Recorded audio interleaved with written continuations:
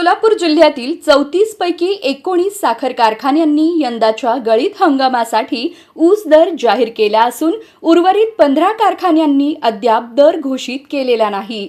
जिल्हाधिकारी कुमार आशीर्वाद यांच्या निर्देशानुसार 30 नोव्हेंबरपर्यंत दर जाहीर करण्याची सूचना देण्यात आली होती। मात्र मुदत संपूनही अनेक कारखान्यांनी दर जाहीर न केल्याने प्रशासनाने कडक भूमिका घेतली आहे।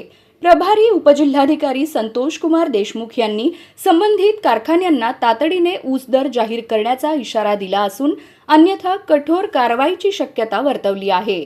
दर न जाहीर करणाऱ्या कारखान्यांमध्ये श्री सिद्धेश्वर, श्री संत दामाजी, लोकनेते, लोकमंगल, बीबी दारफळ व भंडारकवठे, सिद्धनाथ, इंद्रेश्वर, युटोपियन, गोकुळ, जय हिंद, व्हीपी, भीमा, सहकार शिरोमणी, धाराशिव व अवताडे शुगर या कारखान्यांचा समावेश आहे।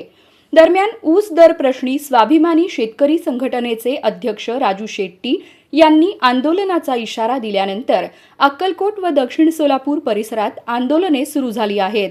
1 नोव्हेंबरपासून सुरू झालेल्या गळीत हंगामात दर न जाहीर करता काही कारखान्यांनी गाळप सुरू केल्याच्या तक्रारीनंतर जिल्हाधिकारी यांनी 2 बैठका घेतल्या असून प्रशासनाचा पाठपुरावा सुरू आहे।